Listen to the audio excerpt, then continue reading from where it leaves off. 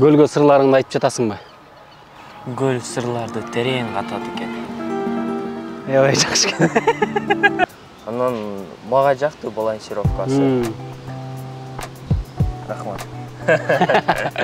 Ал менен сүйлөшкөндөн кийин билем, ал бир кызы бар экен. Жаш ошосу бир аз непонятныйраак экен. Тигинин жаштыгын түшүнбөй койду, айтор экөө бири-бири менен ызылдашып кетти. Эмне себептен эми? Себеби барбы? Эми бул бизнесмендердин мышлениясы болушу мүмкүн. Сыныштын азыр өзүнүн квартирасы жок да, шаарда жашаган. Бизге окшоп квартирант болуп жашайт, болбосо квартира алганга мунун колунан келе турган иш болчу да.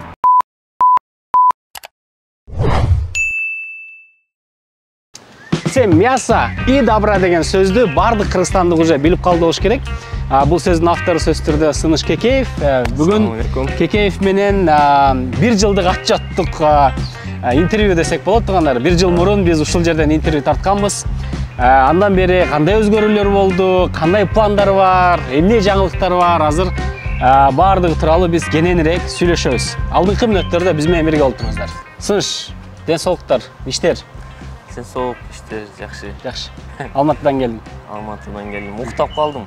Уктап калып? Кечирип кой. Азыр менен кечире албай калдым окшойт биягында эле. Тамаша. Бир жыл өттү.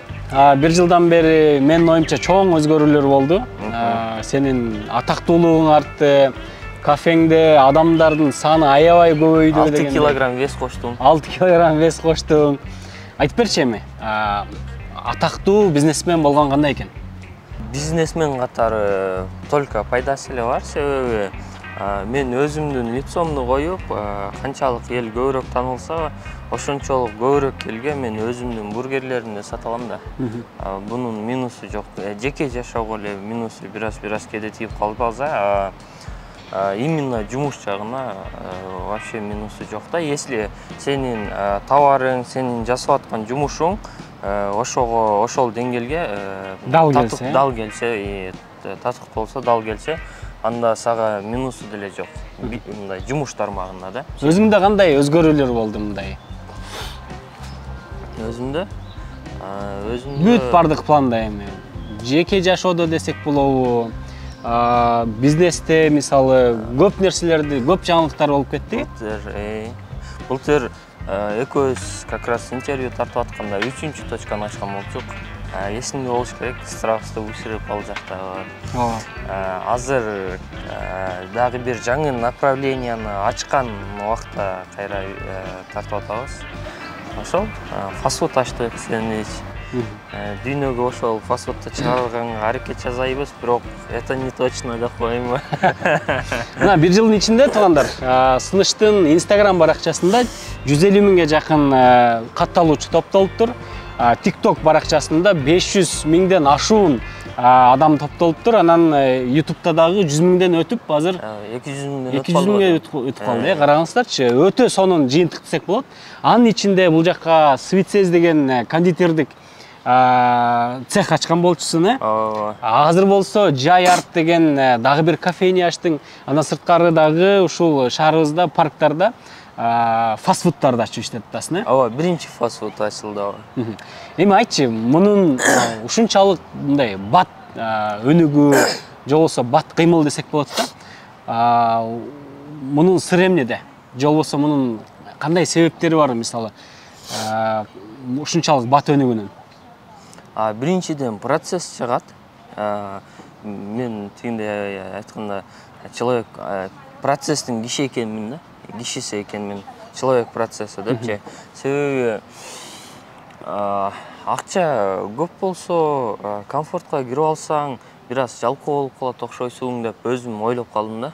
Ошого байланыштуу көп акча кармабаганга аракет жасайбыз да, негизи элечи. Ошол бир аз акча болгон сайын эле жаңы проекттерге салып, жаңы жумуштарга салып, жаңы кишилер менен иштешип, өзүбүзгө возможность салып, башкаларга возможность берип, ошондой жасаган көбүрөөк жагат окшойт го дейм, ооба. Чем акчаны чогултуп бергенден көрүүчү. Ошого байланыштуу батыраак решение кабыл алып, батыраак бирдемелер жаңы багыттарды бир байкап көргөнгө кызыгып турбайсың ба? Ошондой окшойт. Урматтуу көрүүчү, балдар биздин келечегибиз. Айрыкча Москва шаарына чоңоюп жаткан жаш жеткинчектерибиз татыктуу билим алууга тийиш. Эгер сиз Москва шаарына жашасаңыз, келбил окуу борборун сунуштайбыз. Бул жакта мектепке чейинки даярдоо, англис тили, орус тили, менталдык арифметика, шахмат жана экзаменге даярдоо курстары бар. Ал эми суббота, воскресенье күндөрү англис тили менен орус тилинен бекер толкинг клабтар болуп турат. Ар бир окуучуга индивидуалдуу мамиле кылуу келбил окутуу борборунун негизги принциптеринин бири. Билимдүүгө дүйнө жарак, келип билим алыңыздар. Бул жерде пробный урок бекер, даректер жана байланыш номерлер экранда көрсөтүлгөн. Баса бул жерде комуз курсу дагы бар туугандар. 10 жаштан 80 жашка чейинкилер келип, комуз үйрөнсөңүздөр болот. Эсиңиздерде болсо, биз кышында Свитсез деген кондитердик цехти тартканбыз. Ал жакта Сезим деген кыз болгон, ал сыныштын партнеру болчу. Аны тарткандан кийин элдер жакшы колдоо алышкан, кичинекей кыз болсо дагы ушундай чоң долбоорду колго алып иштетип аттыр депчи, андан көп өтпөй бул Свитсез жабылып калды, Мясо только, все мясо и добро болуп калды. Азыр уже өзгөрүп кетти азыр. Эмне себеп болду эми? Эмнеге иштеше албай калдыңарбы? Жабылып калуунун себеби эмнеде? Негизи ошондо Сезим деле айтып берген болчу, кантип ачылганынчы. Акырын жабылганын айтыш үчүн башталганын бир аз айтып кетиш керек го деп ойлойм да, себеби ата история толук болбой калат. Бир кондитер эже болот, Москвадан келген, 10-15 жылдык опыту менен. Анан мени ортодо кишилер айтат, сен менен жолуккусу келип атыптыр, таанышпай койсуңбу депчи. Анан мен көп убактары керек жок деп жүрчүмүн. Анан бир күн айткам, макул келе берсин десем, ал эже десерттерин жасап алып, контейнерге салып алып келиптир. Үйүндө бир аз студиясы бар экен, кичинекей. Өзүнүн кухнясында эле. Анан жеп көрсөм, укмуш сонун жазайт экен да. Могу балансировканы аябай жакшы билет экен. Анан мага жакты балансировкасы. Рахмат. Тийишип атат го бактар. Анан ал эже айтып калды, Москвадан келдим, балам чоңоюп, балдарым чоңоюп окууга барып калды, кайра Москвага кетким келбейт, Кыргызстанда бирдеме баштагым келет дегенден айткам, холодильниктериңизди коюп, десертиңизди үйүңүздө жасап сатып бериңиз биздин точкаларда десем, макул деп Алматыга барып алып келип сатып жүрдү. Анан постоянно айтчу, сыныш момтип жасап иштеген акчаларым 1000 сом, 1,5 сом күнүнө чыгат, такси-пакси болуп эле кетип калып, акчам деле кыйратып жетпей атат. Бир жакшыраак нерсе жасайлычы деп күзгө чейин бардык. Анан күзүндө как раз отурсам, өзү негизи биз жумуштарда спонтанно идеялар келип калат да. Анан биз көп ойлонуп отурбай эле резко жаза баштайбыз. Жумушта отуруп, сак келип кайра айтып калды эле күзүндө как раз. Бир аз акчабыз бар болчу. Анан эмне десем, кандай кыласыз вообще, эмнеге кызыктарсыз десем, мен финансовый эле кызыктармын дейт. Мага жумуш болсо болду, иштесем болду дейт. Анан Сезим жүргөн. Ал как раз интервьюсунда айтпады эле. Ал айтып жүрдү мага, сыныш байке, мага типа учеба не устраивает, жумушум жакпай атат, жашоомдо бирдемени өзгөртүшүм керек. Анан менде момундай идеялар бар деп көп нерселерди айтып жүрчү. Анан мен бул кондитер менен сүйлөшкөндөн кийин эле сүйлөшүп жөндөттүм дагы, жарым сааттын ичинде Сезимди чалдым, каяктасың деп. Ал менен жолуктук, съемкада экен. Ал менен бир аз сүйлөшүп отургандан кийин алга айттым, момундай идея бар. Сен лицо болосуң, тиги товарын жасайт, продукцияны, укмуш сонун жасайт. Анан мен силерге жазап берем, куруп берем, система баарысын жазап берем. Бирөөң реклама кыл, бирөөң товарыңды жаса деп ошентип сүйлөшөбүз. Мен негизи эле былтыр айткан болчумун го, мындай көп акча иштеп, миллионер болгондон көрө комуз өнүксө бир аз жакшы болобузбу депчи. Ошол философия менен эле тиги кылам. Алар экөөнү тааныштырам эртеси күнү. Экөөнү тааныштырам дагы. Экөө тең макул болот. Бирөө реклама кылмай болот, бирөөсү товарын жасамай болот. Мен аларды зарплатага эле отургузуп койбой, айтам, доля берем. Типа түшкөн каражатты бөлүшөсүңөр. Тең бөлүшөбүз. Барысын Бул жакка ушул цехти, кондитер цехти салганга канча вложение кылдың жалпысынан? көп кетип калды. Акыркы конечный счет бир 50 миңге жетип кетти окшойт доллар. 50 000 долларга жетип кетти. Ооба, себеби зарплаталар, кеткен расходтор, операционный толтура кете берет да, постоянно. Анан ошол билесиң, башында плюс болот, минус болот, бизнес сразу эле иштеп кетпейт да. Көп нерсеге вложение болду, ошентип отуруп көп эле кетип калды. Анан ошентип экөө макулдашкан. Иштеп баштады. Договор составлять эттик, экөө иштеп баштады. Биз сезимде курска жөнөтүп баштадык, раскрутка кылып баштадык. В итоге тигиндей да. Эмне болуп кетти билбейм. Бирөөсү жаштык кылып иштей албай койду. Экинчиси тигинин жаштыгын түшүнбөй койду. Айтор экөө бири-бири менен ызылдашып кетти. Эмне себептен эми? Себеби барбы? Балким андай таасир талаш же болбосо жана адамда бир эго болот да баары-бирчи. Балким эголор иштеп кетти. Экөөсүнүн тең эгосу иштеп кетти, түшүнбөй калдым да, себеби бардык внимание сезимге болуп калбадыбы? Кондитер кызганып баштады да. Типа мен бар товарды жасайм, эмнеге идея меники болчу да? Ооба. Жок, идея бул жерде сезимдики в основном болот. Ал товарды осуществлять этет. Идея сезимдик болот, ал жасайт. Анан мен ал жакка негизги вообще кийлигишпешим керек болчу да.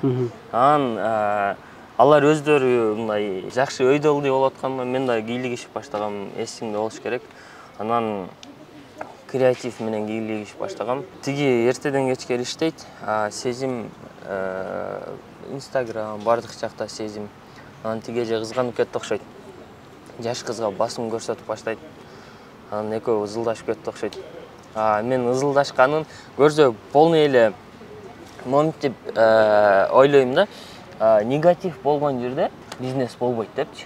Ошого байланыштуу мен ачып бердим, аларга вообще кийлигишпечүмүн да. Кимди алат, ким менен иштешет.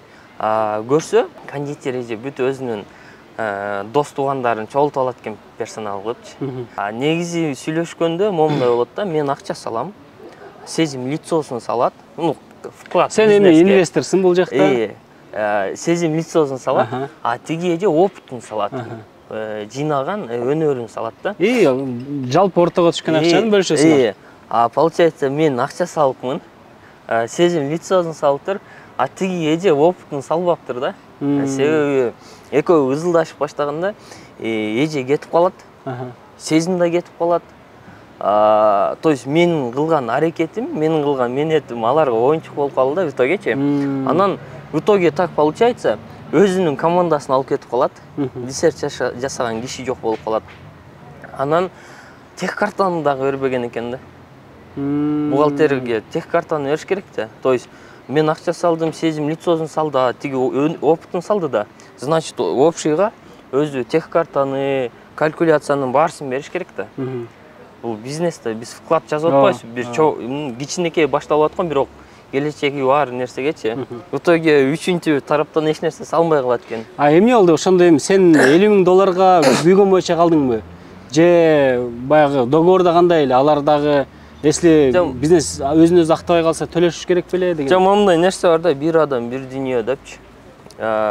Мен азырга чейин ошентип ойлонуп келем, если бир кишинин жашоосун өзгөртө алсаң, анда сен целый дүйнөнү өзгөрткөн болуп эсептеленесиң да, бир адам бир дүйнө деп.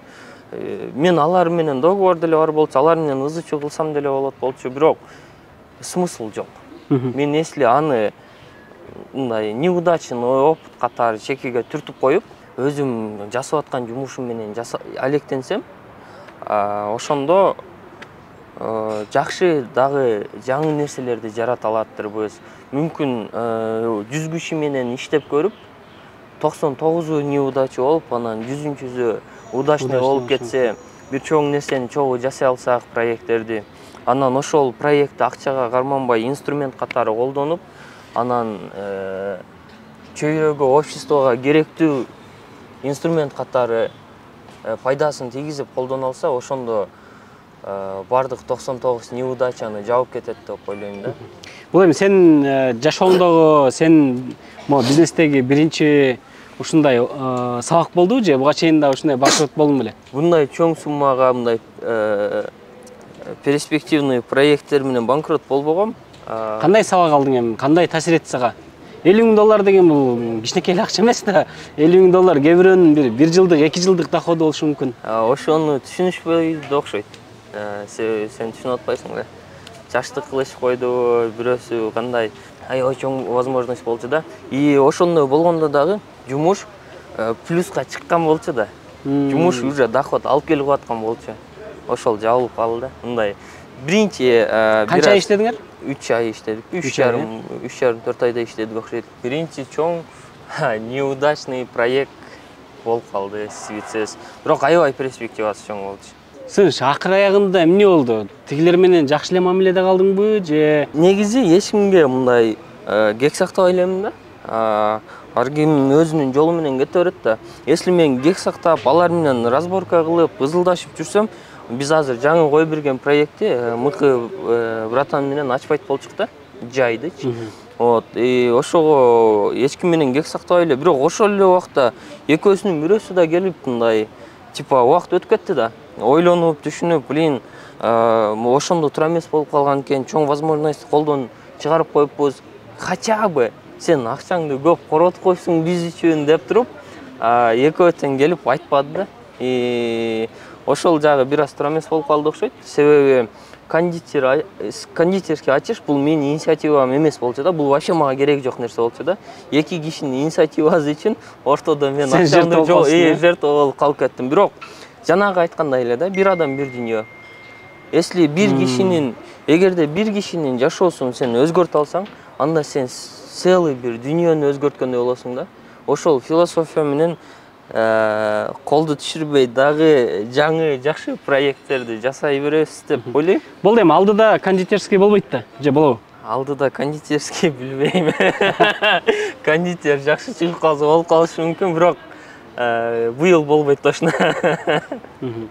Россияда жашап жаткан мекендештер, кандайсыздар? Планета 312 кыймылсыз мүлк агенттигин билесиздерби? Билбесеңиздер, жакшылап угуп туруңуздар. Сразу айтып коеюн, бул курулуш компания же кооператив эмес. Бул компания 2015-жылдан бери иштеп, 7000 кыргызга үй алууга жардам берди. Эгер сиз Россиядан нак акчага же ипотекага үй алам десеңиз, же үйүмү сатам десеңиз, анда биздин компания агенттик жана юридикалык кызматты көрсөтөбүз. Бул компанияда өз ишин мыкты билген адистер кызмат кылат. Суроолор боюнча экрандагы номерлерге кайрылыңыздар. Достор, азыр Ынтымак паркындагы фастфудка келдик. Тест атымга, Бул жакты эмне болуп аштыңар? Фастфуд идеясы эмне болгон идея? Бизде тиги кафелерде шоу жок го. Башында ачылганда барса шоу требует эткен болчу да. Типа Нусрет ошол сыяктуу подача. Өзүң тамак жасап, этти кесип бериппи мондай? Ошондо көп айтчумун го, мага продукция өзүн өзү саткан керек депчи. Мен вечно эле лицом сатыла бербейт депчи. Ошого байланыштуу мен ушул нерсени имейт эткен болчумун да. Биз азыр иштеп атабыз, технически бардык жагын дорабатываем. Келечекте мындай дүйнөгө чыккан Макдональдстай, KFCдей бир чоң фастфудный болушун каалайм да. Анан бул жерден баштадык, эксперимент кылып. Ошол. Кандай экен паркта элдер алып атышабы? Парк жакшы экен, ооба, сонун экен. Жакшы иштеп кетти парк болгон үчүн. Бул жер сонун кылып жасап койгонбуз, көрүнгө. Клумбаларды кылып, гүл эгип. Кстати, могул паркта единственный биздин фастфуд болуш керек. Бардык условиясы менен суулар, канализациялар, бардык условиясы менен жасалган. Ошол.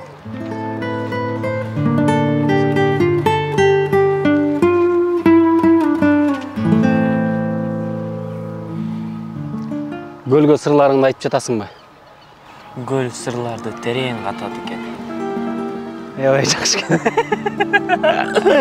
Сыш, сен байкасам, контентиңе аябай көп каражат кетиргендейсиң да? Айына канча каражат кетиресиң? Ар кандай болуп калат, бирок эң көп кетирген бул орозо күнүндөгү болот да. Орозо айы болот. Быйылкы азыр көп жумуштар болуп пока карай элекмин. Былтыркы жылы жумуш жаңы башталган. 860 миңге коротуп жибергенбиз. Айынабы? Бир айда. Оруз айында, Ал ифтарга көп объемный тамактар жасап, ифтарга коноктор чакыратпадык, тазалыкты. Коомго кереги тийген, коомго пайдасы тийген организациялардын жумушчуларын чакырып аттык да 25-30 киши. Быйылкы бюджет ошондой болду, бир айга, оруз айында. Жок, былтыркы болду. Быйылкы көбүрөөк болду го, себеби быйыл кишилерди көбүрөөк чакырдык. Анан быйыл төөдө сойбодук го. Ооба. Ошо быйыл көбүрөөк болду окшойт. Элестеткиле достор, бир айга контентке менче Кыргызстанда азыр мындай вложение кылган адам жок болсо керек деп ойлойм да. Мен деле мынчалык акча вложение кылбайм да. Биз миллионго жакын болгондо дагы ушул эң жакшы ай бул оруз айында контентке вложение кылатты. Жана мамлекеттик кызматкерлер да, МЧСтин адамдары, кызматкерлери, скорый помощь, там гаишник, тазалык. Бүт бардыгы бекер ооз ачыруу болот да, ошол да? Ооба, 25-30 киши күнүнө. Эми мунун мындай максаты эмне, сыныш? Максаты? Мунун мааниси деп коебузбу? Кандай мындай вложенияны же болбосо мындай бир чыгашаны эмне максатта кыласың, эмне үчүн? Биринчиси бул медиа тармагында, если жумушты ала турган болсок, круглый год, медиа тармагында кеңири таанылып, өзүбүздүн продукцияны дүйнөгө алып чыгышта элестет азырет. KFC'ге окшоп, Макдональдске окшоп, бир чоң брендке окшоп дүйнөгө чыга алсак, анан бир жакшы концепция түзүп, анан дүйнө жүзүнөн Кыргызстанга акча алып келип турсак, айына аябай чоң акчаларды алып келип турабыз да. Анан чоң акча болсо, аны инструмент катары жакшылыкка жумшай алсаң, бул аябай мындай Кыргызстанга чоң бир салымды кошо алабыз деген ой менен жасайбыз да. Анан ошол эле убакта азырет экөөбүз көп достошуп, көп сүйлөшүп жүрбөйбүзбү? Ар дайым эле айтып жүрөм го. Мен, например, азырет 10 жылдан кийин, 20 жылдан кийин байып кетип, чоң акчаларды имейтетип, анан бир жерден особняк куруп, чоң өзүм жашабаган комнаталарды куруп, машиналарды тонировка менен жүрүп, там частный самолетторду учуп, самолеттарды алып учуп жашаганды каалабайм. Мен эртең 10 жылдан кийин деле, 20 жылдан кийин деле ушундай эле азыркы жашоомдой эле эртең мененки саат койт 5-те, койт түнкү саат 12-де, айбетте өзүм жалгыз чыгып, любой кафеге кирип, любой магазинге кирип, продукт алып, любой кафеге кирип, кофе ичип, чыгып кетким келет да. Себеби биздин ата-бабаларыбыз, биздин улуу поколениялар көптөрү даже өмүрүн да кыйып келген да. Бизге могул эгемендүүлүктү, бизге эркиндикти берейин депчи. Анан элестет, ошончо кишилер өзүнүн жаштыгын берип атса, жашоосун берип атса, жанын берип атса, биз болбогон өзүбүз эле ойлоп чыккан материалдык балуулуктар үчүн ошол эркти искусственно жоготконго дайынбызбы деген суроо пайда болот да. Мен өзүм лично алга дайын эмесмин. Если мен өзүмдүн эркимди жоготуп койсом, свободамды жоготуп койсом, канча акча иштесем дагы, канча там самолет, яхталарды, блатной машиналарды айдасам дагы, мен жоготкон эркиндикке татыбайт ал нерсечи. Материалдык мындай бөлүк менин эркиме мындай не сравнимое тиги да. Чындап эле байкаганыбызда сыныш баягы Стив Джобс сыяктуу постоянно бир футболкада жүрөт. Анан ар кандай мындай иш-чараларга да барганда чогуу барабыз. Ал жака костюм кийип, мындай кымбат баалуу кийимдерди да кийбейт. Аябай өзүн сулууланып косметологко барбайт. Анан жада калса туугандар, мына азыр бир нерсеге таң калам да. Эми бул бизнесмендердин мышлениясы болушу мүмкүн. Сыныштын азыр өзүнүн квартирасы жок да, шаарда жашаган. Бизге окшоп квартирант болуп жашайт. Болбосо квартира алганга мунун колунан келе турган иш болчу да. Анан ошол квартиранын акчасын сурасам, бул бизнеске жумшайм, аны айландырам дейт да. Негизи башкача ойлонот чынында эле. Сен эркиндикти сүйөм деп атпайсыңбы? Сен мамиледе дагы эркиндикти сүйөсүңбү? Мисалы, сүйүүдө десек болот. Мамиле бул жертва го дейм. Ар бир нерсени жертва этишиң керек, постоянный жертва. Счастливые только моменты деп коет го. Бактылуулук бул көз ирмемдер эле да. Ошол канчалык көбүрөөк бактылуу көз ирмемдер болушун калсаң, ошончолук көбүрөөк жертвага барышың керек да. Өзүңдүн комфортуңан чыгыш керек. Досторуң менен ойноп жүргөн болсоң, адан отказ кылышың керек. Подругаларың менен ары бери басып жүргөн болсоң, алдан отказ кылышың керек. Негизи эле мамиле түзүү башка кыздардан отказ кылыш керек деп койду. Негизи эле мамиле түзүүнүн алдында ойлонуп көрүш керек да. Могул кыз же могул жигит мага жагат. Ушул үчүн эмнеге бара алам? Азыр мени курчап аткан комфорттон, менин курчап аткан күнүмдүк адаттардын канчасынан отказ бере алам? Канчасы биздин экөөбүздүн жеке жашообузга, мамилебизге залакасын келтирип коет, жана келтирбейт. Ошол келтирген нерселерде мен отказ бере аламбы? Деген суроого жоп бере алсаң, сен бага чейин ошондой сүйүү келди беле мындай? Өзүң бир нерсени жертва кылаган, же болбосо өзүңдүн эркиндиктериңди чектеген сыяктуу. Негизи сүйүү эмеспи билбейм, мен негизи сүйүүгө ишенбейм. Менде бирок ишенич аябай көп ичимде. Көп нерселерге ишенем, бирок мен ойлойм да, сүйүү бул абьюзерский отношение болуп калабы деп да. Чисто на уважение бардык мамиле курулуш керекпи депчи. Бир окуя болгон. Азыр ойлоп алып, эстеп алып күлөсүң анычы. Казакстанда иштеп жүргөндө, Павлодарда бир кызды аябай жакшы көрүп калгам. Мен мындай узун история айтып берейинби? Давай. Кухняда иштесем, бир жапжаш эле кыз мойкага жумушка келген. Андан ал менен мен таанышып калам. Ал менен таанышып калсам, мага мындай жакшы казашка, орой мамиле жасайт. Анан ладно деп ал менен сүйлөшүп жүрүп, жакшы сүйлөшүп кетем. Анан мен ал менен сүйлөшкөндөн кийин билем, ал бир кызы бар экен. Жашоосу бир аз непонятныйраак экен. Анан өзүм деп мындай эркекке окшоп бараткан кыз экен да. Күйөөсү менен эле жашабай, мындай жашабай аткан мезгил окшойбу. Жок, ажырашкан. Күйөөсү Күйөөсү менен негизи эле жашабайт экен көп жылдан беричи. Өзү бардык жоопкерчиликти мойнуна алып, семьясын багыш керек, аны кылыш керек, буну кылыш керек деп өзүм деген кыз экен, эркекке окшоп бараткан экен да. Анан ошол кызды мындай көңүлүмө туура келип калат, мен үйлөнөм деп чыгам. Көңүлүмө туура келип калат. Анан үйлөнөм деп чыктың. Үйлөнөм деп чыккам. Бир кызына карабай. Бир жумадан кийин айткам мен үйлөнөм деп. Анан экөөбүз сүйлөшөбүз. Анан мен ал менен көп жолугуп баштайм. Жумуштан кийин анан проблема момундай болчу да биздин мамиледечи. Ал менен только кечинде жолугабыз түндө. Күндүз жумушта болосуң. Мындай адамга окшоп күндүз ары киного барып, мындай мамиле куруп, андай нерсе жашообузда болбойт да. Түндө эле жолугуп кала беребиз постоянно элечи. Анан мен алга айтам, сен кандай проблемаң бар? Мага айт.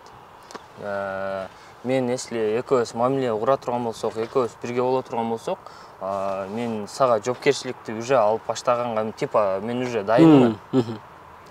Сен айта бер проблемаларыңды, анан экөөбүз чогуу чечиш керек да. Тем более азыр болуп аткан нерсе мага жакпай атат.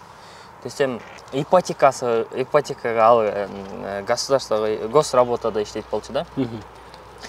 Ал жакта госпрограмма менен ипотекага үй алыш оңой да. Ал ипотекага үй алып алыптыр, кредит алып алыптыр, плюс окуусу бар экен, анын контрагы. То есть финансовый проблемалар бар экен да. Чечкенге жардам берип баштадың? Ооба, мен анан чечкенге жардам берип баштайм. Биринчи көбүрөөк мага убакыт болсун деп кредитин жаап берем. Анан дагы деле ал моментип айтат да, постоянно 3 жумушта иштейм дейт. 2 на 2. Өзүнүн основной жумушунда иштейм дейт. 2 күн.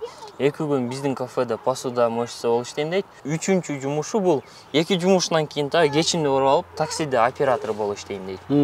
Азыр билбейм, бирок мындай укмуш сонун күндөр өткөн да. Азыр мындайча айтканда же лох болдумбу, же чын эле болду түшүнбөй калдым да. Андан чакырсаң эле жумушта мен көбүрөөк мага внимание уделяться этсин деп. Биринчи окуусун, жок, биринчи кредитин жабам. Анан 15 күн өткөндөн кийин дагы деле убакыт бөлүнбөйт да. Анан окуусун жабам, контрагын. Анан кредиттерин акырын төлөшүп баштайм. Эми менде андай чоң акча жок да. Что анын кредит. Повар болуп иштейсиң сен деле. Ал ишенип кой, азырет айтат го. Типа балдар эч нерсе жазабайт, балдар аракет жазабай калды, балдар биринчи кадам таштабай калды депчи.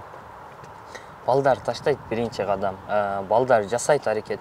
Бирок мындай түшүнүш керек да. Ошол кыз, ошол эркек менен бирге болобу деп. Жок, конечно, результатты түшүнүш керек да. Например, бүгүн мен бир кызга ухаживать этсем, эртең дагы бир ушинтип ар бир жолуккан кызга аракет жасай берсем, мен аялыма эмне кылат? Мен эмне бере алам келечектеги аялымачы? Ошого бара-бара жабылып дагы барат окшойбуз да. Анан экөөбүздүн мамилебиз сонун жакшы болуп баштады, күндүз деле жолугуп баштадык адам окшоп. Анан бир айдан кийин үйлөнөбүз дейт. Мен семьямда дагы башкача курулганда мен апама чалам. Апам мен Казакстанда бир казашка кызды жактырып калдым. Биз үйлөнөбүз. Мен апама чалам. Апам мен казашка кызды Казакстандан жактырып калдым. Биз бир айдан кийин үйлөнөбүз. 17-октябрда эле ошондой болчу примерно. Анын ата-энеси менен бир жумадан кийин таанышам. Таныштың уже? Жок, таныша элекмин. Таанышам деп айтып атасың. Бир жумадан кийин. Мен, то есть бир ай калат. Бир жумадан кийин таанышсам, анан дагы 2 жумадан кийин там свадьба да. Типа мини. Мен апама айтам, эч кимдердин келишиңердин кереги жок. Бул просто 2 адамдын эле жаңы курчу семьясы. Просто эле ЗАГСтан өтүп, там үйлөнүп алабыз, никеге, всё. Деп сүйлөшөбүз, кыз макул болот. Апам айтат, балам, өзүң тандооң, бактылуу болсоң болду. Ну, то есть мен эмне демек элем деп коет. То есть ал сенин решениең, последствиясына да өзүң жоопкерчиликтүү болосуң дейт. Мен хорошо дейм. Бир жума келет, что-то тиги кыз менен алыстап баратабыз да. Неге? Анын ата-энеси менен жакындайын деген сайын ал алыстап баратат менденчи. Анан 2 күндө бир жолу жазышып калабыз, жазсаң албайт, жазсаң жооп бербейт. И в итоге вообще жок болуп кетти, прикинь. Вообще жок болуп. Жумушка келбей койду. Жумушка да келбей койду. Өзүнүн жумушунда да жок. Вообще Павлодарда жок, прикинь. Мен жашаган жерине барып да карап отургам жарым күн. Вдруг кирип чыгып калат депчи. Вдруг бирдеме болду деп. Соседтеринен сурасам билбейм дейт. Көрбөдүк деп. Ал күйөөсүнөн точно ажырашты эле. Качып калган жокпу анан? Анан мен түшүнбөй калдым да. Өзүмдү мындай келесо сезип калдым, использованный болупчу. Анан айттым, ладно, давайте это жаша улана берет деп туруп, дальше иштейм. Что вы понимал, Азрет?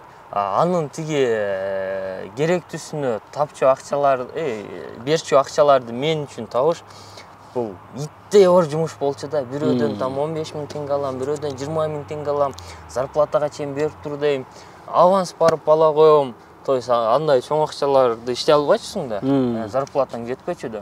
Канча эми мындай аягында эми эсептеп көргөндө канча неме кылып турсуң? Вложение кылып турсуң? Айтпай эле. Айтсаң. Айтпайм. Айта бер эми. Болду эми ошо казашка көрүп аткан болсо, салем деп кой да. Жок, айтпайм. Анан аябай ошондой оор болгон да. Алар табышчы. Бирок мен жазачымын. Анан бир жумадан кийин эле мага жазат, мен Астанадамын деп. Прикинь. Эмне кетип калыптыр ал жака? Билбейм. Типа мен Астанадамын, мен жумушум менен мени бул жака которуп берди, мага жакшы условия түзүп берди деп жазып коюптур. Анан мен айтып атпайм, чалсам албайт, анан жазып атпайм.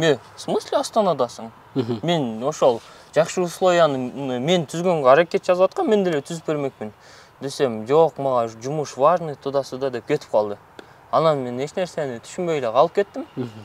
Анан как раз Москвага тиги курска окууга бараткам, повышение квалификации. 7 мартта учат болчумун. Анан 6 мартта мага неизвестный номерден келет. Так, бул сентябрда акырында болгон, октябрга жакын болгон окуя, уже мартта, почти жарым жыл өткөндөн кийин неизвестный номерден служебный входко келсең деп. подойди в служебный ход деп незнакомый номерден WhatsApp'тан дагы эмес SMS келет. Анан мен барам. Биринчи ким деп түшүнбөдүм. Зачем, кто это десем, келе берсең, подойди, пожалуйста деп баштады. Хорошо деп бардым, ошол кыз турат. Айтып баштады, типа, извини, кечирип кой, мен коркуп кеттим, андай кылдым, мындай кылдым, бүгүн атайын келдим, түшүндүм. Мен эртең барып деле, типа, үйлөнүп алганга, турмушка сага чыкканга даярмын дейт, жарым жылдан кийин да. Анан мен айттым, мен уже жашоомду сен жок деле. Теперь смотри, каким я стал, да? Жок, жашоомду сен жок деле жасап алдым депчи. Типа планировать этип алдым. Эми уже керегиң деле жок, мен жашоомду деп туруп, ошондо айтып коем. Артты карап туруп басып кеттиң. Музыка менен эффектно басып кеттим. Деги ыйлаган боюнча калды, чачың бычактын кармаган боюнча. Келип ыйлап, кечирим сурап, кайра баштайлы, мен эртең деле турмушка чыгам деп айткан. Бирок уже ишенбейсиң да. Искренность жок болуп калабы же уже ал искренностьти сезбей каласың, ошондой болуп калган. Ошондой бир аябай интересный окуялар деле болгон. Ошондон кийин эч ким менен ошондой болуп сүйлөшкөн жоксуңбу? Кредиттер. Андан бери кредит төлөй элексиңби?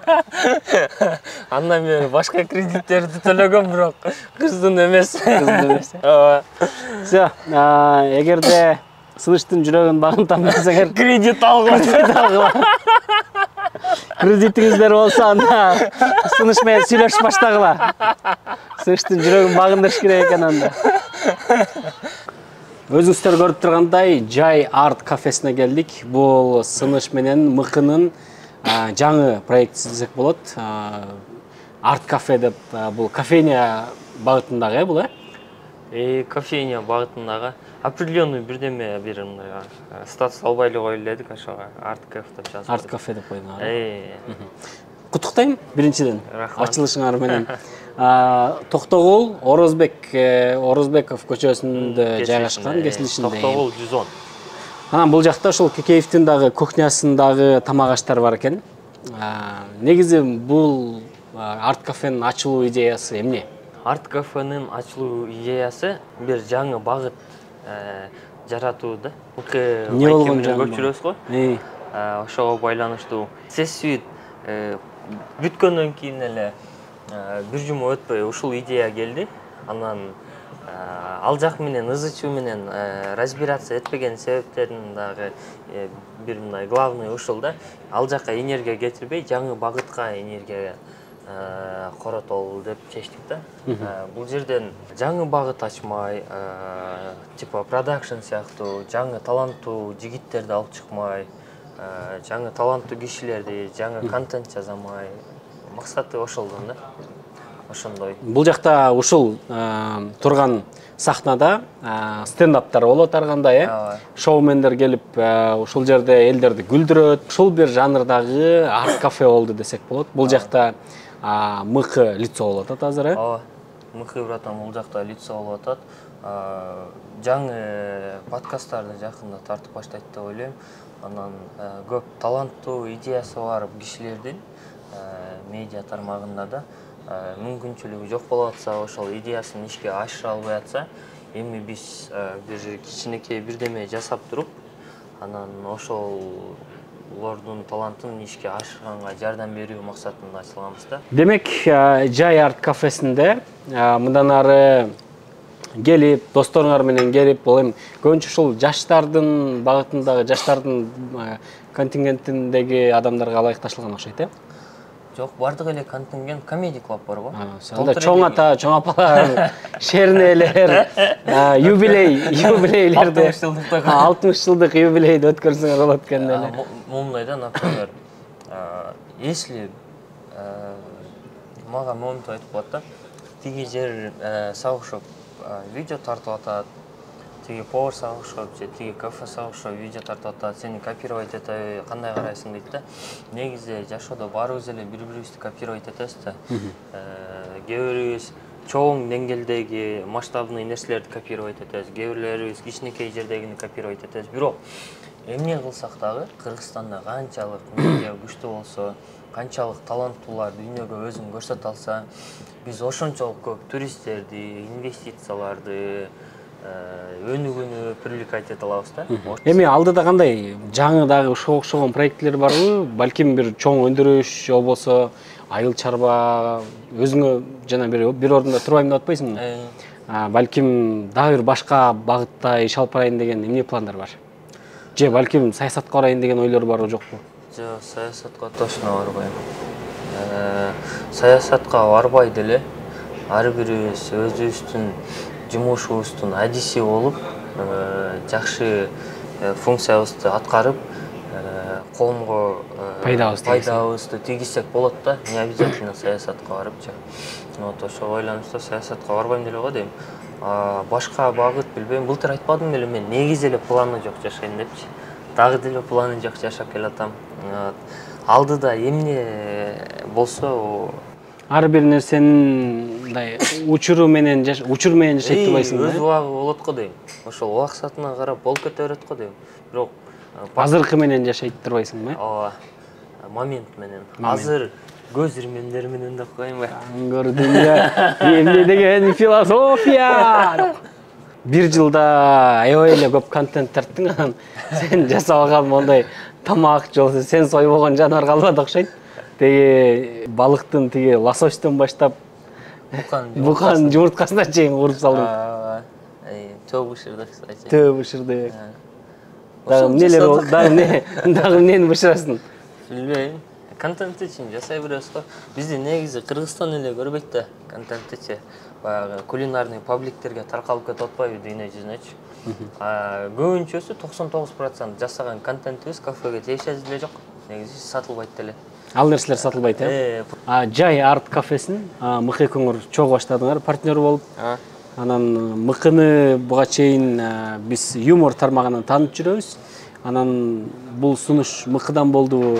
Негизи эле бул Кекеевдин кухнясына юмор экөө аралашып мындай туура келеби бул формат? Айтат го, если эгерде бирөө жасаган болсо, бир определенный жумушту ийгиликке жетиш үчүн сен андан жакшы жаса депчи. Если эч ким жасабаган болсо, анда сен биринчи болуп жасап көр депчи. Ошондой эле биринчилерден болуп жасап, ушундай формат кылып жасап көргөн атабыз. Негизи көптөрү ойлоп калышы мүмкүн да, типа юмор менен тамак, тем более Мыкы братандын историясы. Кстати, ошол история жөнүндө айтып бергенге Мыкы братан уже дайын да. Эмне болуп, кандай болду, интервью ал обязательно. Мыкы братан төкпөй чачпай айтып берет историясын. Анан Мыкы братан историясы менен, юмор менен, тамак менен мындай келишеби, токелишеби деп көптөр сурап калат да. Анан аракет жасап көрөбүз, эмнеге келишпесин, келиштирип көрөбүз. Эми билбейбиз да келечекте эмне болушунчу, бирок аракет жасап көрөбүз да. Мыкы братан негизи эле өзү жеке жашоосу боюнча мен моментип ойлойм да, өнүгүү үчүн, алдыга жылуу үчүн ар бирибиздин коом, ар бирибиздин жумушубузду, адистигибизди критиковать этиш керек да. Например, жеке жашоону эмес, Жеке жашоону эмес. Например, мен өзүм ичпейм, чекпейм да. Сен деле өзүң ичпейм, чекпейсиң го. Бирок мен если чексем, мен ичем, чегем деп эле айтмакмын. Бул менин жеке жашоом. Мен элге тамак тартуулап атам, и менин ошол тамак жасаганымды критиковать эткенге толук акысы бар да. Мен өзүм жеке жашоомду элге тартуулабай элемин. Ошого байланыштуу ар бирибиз чегебиз, ичебиз, эс алабыз, клубтарга, караокелерге барабыз, тойлорго барабыз, ар бирибиз секс менен алектенебиз, ар бирибиз отношениябыз болот, удачный, неудачный. Эмнеге биз ал жеке жашоону талкууга алышыбыз керек да. Ар бирибиз жеке боюнча алыш керек. Сен, например, интервью тартып атпайсыңбы? Сага, например, сен берген суроолоруңа, сен алып барган темаларыңды обсуждация этиш керек. Мыкы братандын жасап аткан юморларына көңүл буруш керек. Мен жасап аткан тамактарга көңүл бурушубуз керек. Политиктердин жасап аткан политический жумушуна көңүл бурушубуз керек. Строительдердин жасап аткан стройкасына көңүл бурушубуз керек да. Ошондо гана өнүгүү келет дейм да. Себеби мен бир жумушту жасап атсам, сен менин жеке жашоомду обсуждать этип атсаң, мен адистигиме көңүл бурулбай калышы мүмкүн да, мен тараптанчы. Мен көңүлүмдү элдин оюна бөлүп калышым мүмкүн. Андан биз жаңы келаткан таланттарды, жаңы келаткан идеяларды ошентип эле талкалап салышыбыз мүмкүн да. Ошого ойлойм, жеке жашоо бул жеке жашоо. Профессионализм, адистик бул адистик. Демек сен мыкынын болуп өткөн окуялары бул мыкынын жеке гана жашоосуна байланыштуу. Ал эми кылып аткан өзүнүн юмор, алып барып аткан юмору, кылып аткан контенти, ошол нерсесин баалап, партнер болуп иштешип, чогуу жай арт кафени ачтыңар. Ооба, момундай да, айтат го, акылга таянган адашат депчи. Жүрөк менен, ишенүү менен жумуш алып барыш керек депчи. Мыкы байкеден мен ошондой эле өзүмдүн ичимде болгон жүрөгүндөгү жана аң сезимдеги ишенүүнү мен көрө алдым да. Ошого байланыштуу, если ошол нерсенин чын эле потенциалын көрсөтө алса, мага эмес, вообще эле чыгара алса өзүнүн ичинен, анда жакшы чоң нерсе куруп, келечекте инструмент катары колдонуп, дагы чоң конго жакшылык алып келе алабызбы деген ойдо да. Ошол ой менен ушул жер ачылды да. Анда достор, буюрса биз алдыңкы күндөрү мыкыдан дагы интервью алабыз. Бардыгын төкпай, чачпай, ичиндеги болгон бир арыз муңдарын, эгерде мыкынын ордуна өзүбүздү коюп көрө турган болсок, анда өтө эле чоң бир мындай татаал жолду басып өттү десек болот. Алдыда ошол боюнча дагы сурайбыз. Рахмат сага, чоң. Сага рахмат, Азирет. Анан иштериңерге ийгилик. Мына ушул жерге башка биздин подписчиктерди чакырабыз. Өзүбүздүн жигиттердин, жап-жаш жигиттердин бизнесин, ушул жигиттердин ишин колдойлу. Ар дайым өзүбүзгө, бири-бирибизге жөлөк бололу дегендей. Ошо мага деле колдоп, бияка комментарий жазып, мага ошол эле жетет да. Мага подписка кылып койсоңор, комментарий жазсаңар, анан лайк коюп койсоңор, вот мага колдоңор ошол тугандар. Анан мен кафеге келгиле дебейм тугандар. Макул, барыңыздарга ийгилик. Всем мясо. И добра. Всё. Үйлөнөлү деп.